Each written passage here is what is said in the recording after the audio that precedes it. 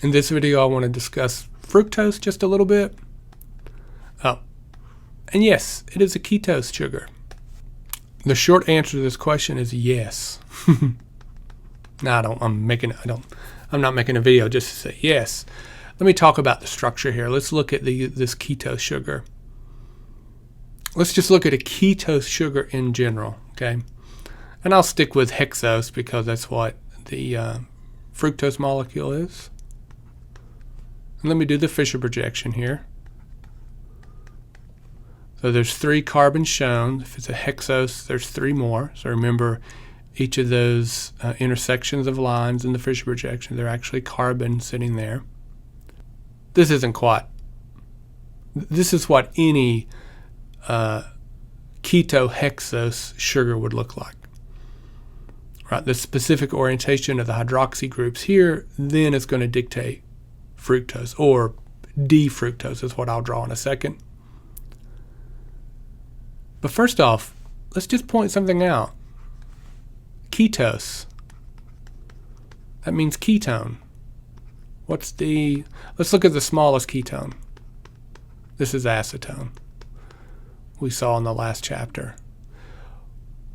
What are the features that are needed for a ketone to be defined in a molecule? Well, carbonyl group, carbon, carbon. Okay, I have my carbonyl group. I have this carbon. I have that carbon.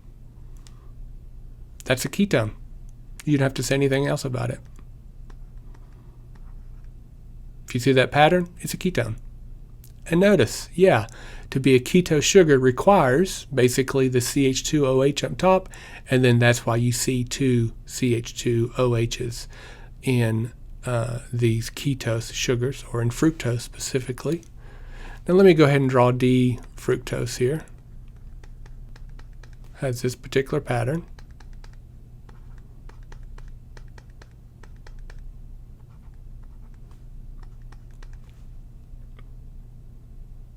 Now the question isn't specifying Fischer versus Hayworth. Let me draw the Hayworth because that's really where it looks even stranger. So one thing that happens with fructose is that you get a 5-membered ring for the Hayworth structure. You still get the same type of reaction. It's this oxygen that is going to react with that carbon.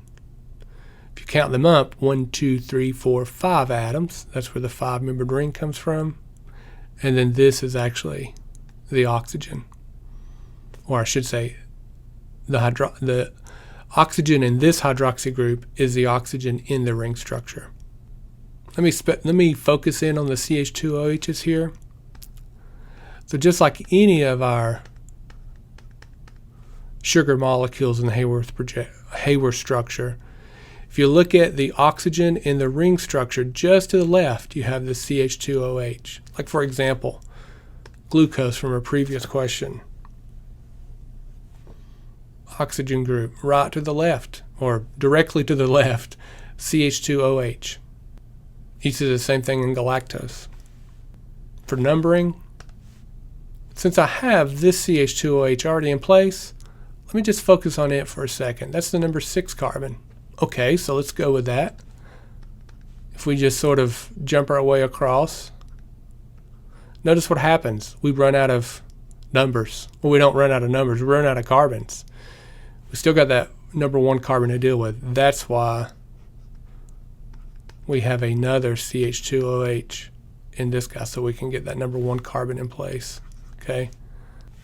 And then just like on all the other Hayworth structures, right, that carbon on the, this right-hand side of the structure, that's the one that can open and close.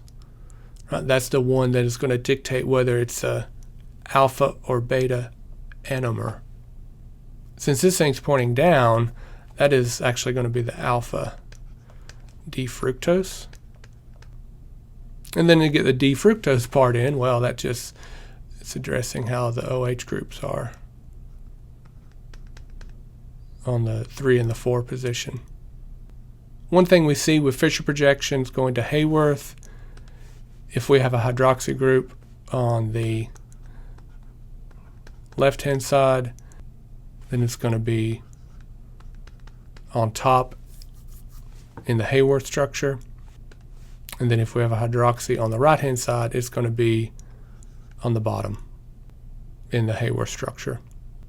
And the last thing I want to say is that as it goes from alpha to beta, the beta position, both of these are flipped.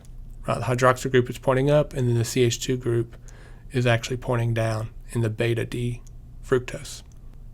Yep, I think that's enough. Thanks.